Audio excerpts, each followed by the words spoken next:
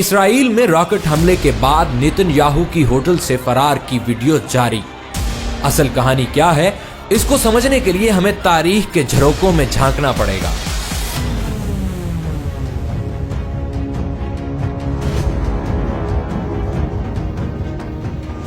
یہ کہانی شروع ہوتی ہے 1973 سے۔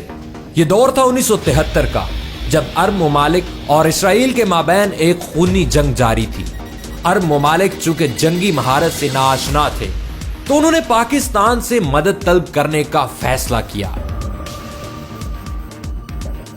لیکن اس سے قبل ہی پاکستانی ماہر پائلٹس نے عرب سرزمین کو بچانے کا ایک خفیہ پلان تیار کر رکھا تھا۔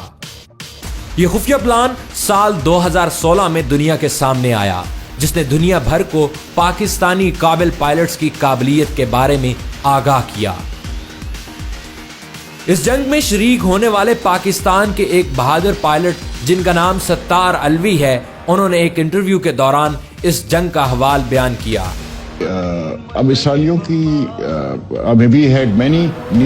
ستار علوی نے اپنے انٹرویو میں بتایا کہ 16 پاکستانی پائلٹ پشاور سے شام روانہ ہوئے، گو کہ یہ مشن پاکستانی حکومت کی جانب سے بھیجا گیا اور اس مشن میں پاکستانی حکومت نے مکمل معاونت کی، لیکن اس مشن کے حوالے سے آفیشلی طور پر کوئی بیان جاری نہ کیا گیا، کیونکہ ایسا کیا جاتا تو اسرائیل پاکستان سے بڑی جنگ کر سکتا تھا، کیونکہ اس وقت اسرائیل کو امریکہ کی سپورٹ حاصل تھی۔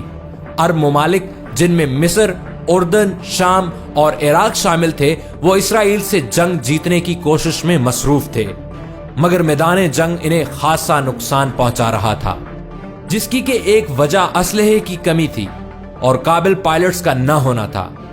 خیر، پاکستانی قوم کے بہادر سپوت جیسے ہی عرب سرزمین میں پہنچے تو گویا جنگ کا پانسا ہی پلٹ گیا۔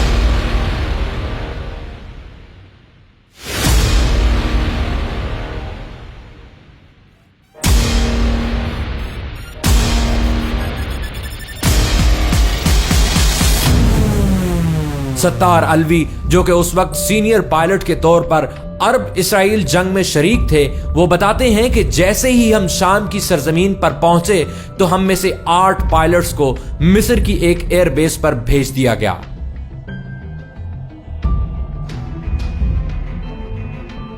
بچ جانے والے 8 پاکستانی پائلٹس کو شام کی ایک حساس ایئر بیس پر لایا گیا۔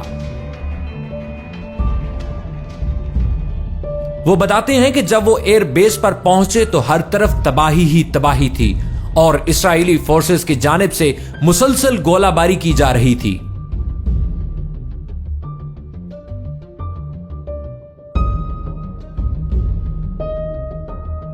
پاکستانی پائلٹس نے فوری طور پر پوزیشن سنبھال کر فارمیشن ترتیب دی اور دشمن کے خلاف دفاعی حکمت عملی بھی ترتیب دی۔ ستار علوی کہتے ہیں کہ جب ہم جنگی جہاز اڑاتے تھے تو ہم جنوبی لبنان کی جانب جاتے، پھر بیروت سے ہوتے ہوئے میڈیٹرین سی کے اوپر سے پرواز کرتے ہوئے واپس بیس پر آ جاتے تھے۔ دراصل اس پرواز کا مقصد شام اور لبنان کا دشمن سے دفاع کرنا ہوتا۔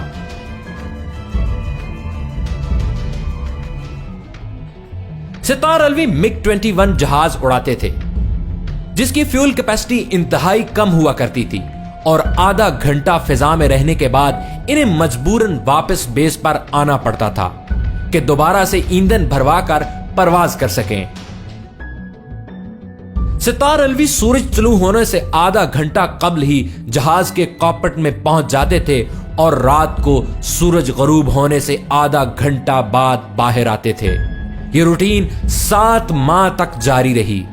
کس روز کیا ہو جائے انہیں خود معلوم نہیں تھا، جبکہ اسرائیل اس وقت حملہ کرتا تھا جب انہیں معلوم ہوتا تھا کہ وہ سامنے والے کو بآسانی ہرا سکتے ہیں۔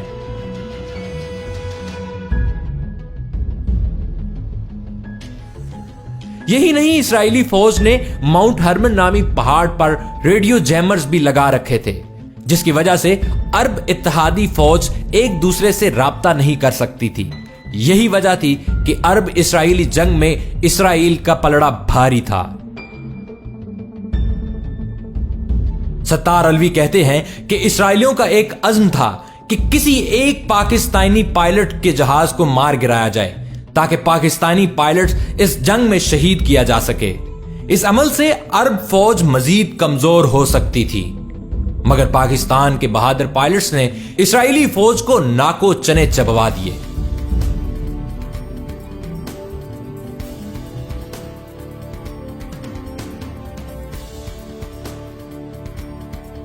सत्तार अलवी कहते हैं कि पाकिस्तानी पायलट्स ने यह तहैया किया कि किसी सूरत इस्राएली फौज पाकिस्तानी पायलट को तैयारे से ना मार गिराए, क्योंकि इस अमल से एक तरफ पाकिस्तान की बदनामी हो सकती थी और दूसरी तरफ इस्राएली फौज ये कहने के काबिल हो जाती कि इसे कोई हरा नहीं सकता।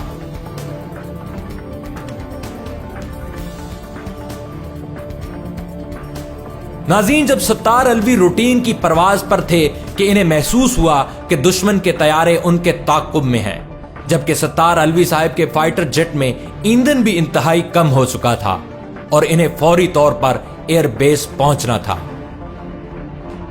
ताहम अपनी फॉर्मेशन की जानिब दो इस्राएली मेराज तैयारों को आता देखकर सत्तार अलवी ने एक शानदार फैसला लिया। पाकिस्तान के सपूत के उस एक फैसले ने इस्राएली फौज को दुनिया भर में रुस्वा करके रख दिया। हुआ कुछ यूं कि सत्तार अलवी ने ऊंची परवाज का सोचा और तैयारे का रुख आसमान की जानिब कर दिया, जिसे देखते हुए इस्राएली मेराज तैयारों ने भी सत्तार अलवी के तैयारे का ताक़ुब किया। लेकिन इन्हें मालूम नहीं था कि इस मर्द मुजाहिद ने कुछ और ही सोच रखा है। सत्तार अलवी साहब को मालूम था कि इस्राएली मेराज तैयारे लो स्पीड पर अच्छा परफॉर्म नहीं करते और स्पीड कम होने की वजह से ये तेजी से मुड़ भी नहीं सकते। इसी टेक्निक को जहन में रखते हुए पहले सत्तार अलवी ने अपने जहाज की स्पीड बढ़ाते हुए आसमान की बुलंदियों को छू लिया और फिर अचानक से रफ्तार हल्की करते हुए एक साइड पर मुड़ गए। ताक़ुब करने वाले इस्राएली मेराज तैयारे का पायलट अचानक घबरा गया। इसी सूरत हाल पर इसे समझ ही नहीं आ रहा था कि वो क्या करे। इसी असना में सत्तार अलवी इसके हुक्म में जा पहुंचे और उन्होंने इस्राएली तैयारे को निशाने पर लेते हुए रॉकेट फायर कर दिया और उनकी टेक्निक काम कर गई और इस्राएली तैयारा हवा में कई टुकड़ों में बिखर गया। यह सूरत हाल देखते हुए दूसरा इस्राएली मेराज तैयारा राह फरार इख्तियार करते हुए भाग खड़ा हुआ। सत्तार अलवी के जहाज का पेट्रोल तकरीबन खत्म हो चुका था, मगर उन्होंने इस्राएली फौज को ऐसा मजा चखाया कि जिसका जख्म आज भी ताजा है और इस्राएल पाकिस्तान से बदला लेने के लिए हर मुमकिन कोशिश करता आया है। इसके बाद सत्तार अलवी कहते हैं कि जब वो इस्राएली जहाज को मार गिराने के बाद वापस बेस पर पहुंचे तो उनके क्रू चीफ ने इनका इस्तकबाल किया। जब क्रू चीफ ने देखा कि जहाज का एक मिसाइल गायब है तो उसने सत्तार अलवी से दरियाफ्त किया कि मिसाइल किधर गया, जिस पर सत्तार अलवी ने सारी दास्तान बयान की और अरब इत्तेहादी फौज के अफसरान ने पाकिस्तान के सपूत को खूब नवाजा। इस्राएली जहाज जिसे सत्तार अलवी ने मार गिराया था, इसमें मौजूद इस्राएली पायलट शदीद जख्मी हुआ, जिसे शामी फौज ने अस्पताल मुंतकिल कर दिया। ताहम जख्मों की ताब न लाते हुए वो चल बसा। बादज़ां अरब इत्तेहादी फौज के सीनियर अफसरान ने एजाजी तौर पर इस पायलट का फाइटर सूट सत्तार अलवी को दिया, जो कि पाकिस्तान और खुद सत्तार अलवी साहब के लिए इंतहाई एजाज की बात है।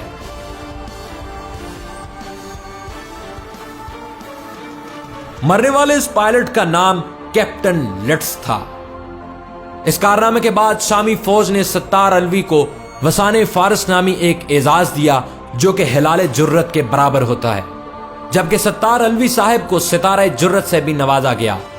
दोस्तों, इस लाजवाल कामयाबी को पाकिस्तानी हुकूमत ने आलमी मीडिया से 25 साल तक छुपाए रखा, जबकि सत्तार अलवी साहब ने इसका राज इस वक्त अफशा किया जब पाकिस्तानी हुकूमत ने इसे ऑफिशियली तौर पर लीक किया। यह वो दिन था जब इसराइल पर मुसलमानों की धाक बैठ गई। यही वजह है कि इसराइल पर मुसलमानों का एक दबदबा कायम है, जिसकी मिसाल आज की ताजा तरीन खबर में देखने को मिलती है। इसराइल में कनेस के इंतखाबात के मौके पर फलस्तीन के इलाके गजा की पट्टी से सहूनी रियासत पर रॉकेट हमलों की इत्तला मिलती है। दूसरी तरफ नेतन्याहू बेरशबा के एक होटल में थे जब इन्हें इत्तला मिली कि गजा की पट्टी से एक रॉकेट दागा गया है, تو وہ ریستوران میں جاری تقریب چھوڑ کر وہاں سے بھاگ کھڑے ہوئے۔ اس موقع پر لوگوں کی بھیڑ دیکھی جا سکتی ہے، جبکہ وزیر اعظم نتن یاہو کے اطراف میں بھی لوگوں نے گھیرا بنا کر رکھا ہے۔ دریں اثنا اسرائیلی فوج نے اعلان کیا کہ غزہ کی پٹی میں فلسطینیوں نے اسرائیل کے عام انتخابات کے دن نتن یاہو کے علاقے کا دورہ کرنے کے بعد ہی جنوبی اسرائیل پر راکٹ داغے ہیں۔ اس حملے کے بعد پورے اسرائیل میں ایک خوف کی فضا قائم ہو چکی ہے۔ ناظرین گرامی، دونوں خبریں سن کر یقیناً آپ کو مسلمان ہونے پر فخر ہوگا، اور یقینی طور پر پاک فوج دنیا کی بہترین افواج میں سے ایک ہے۔ اس حوالے سے آپ کی کیا رائے ہے؟ کمنٹ باکس میں ضرور آگاہ کیجیے گا۔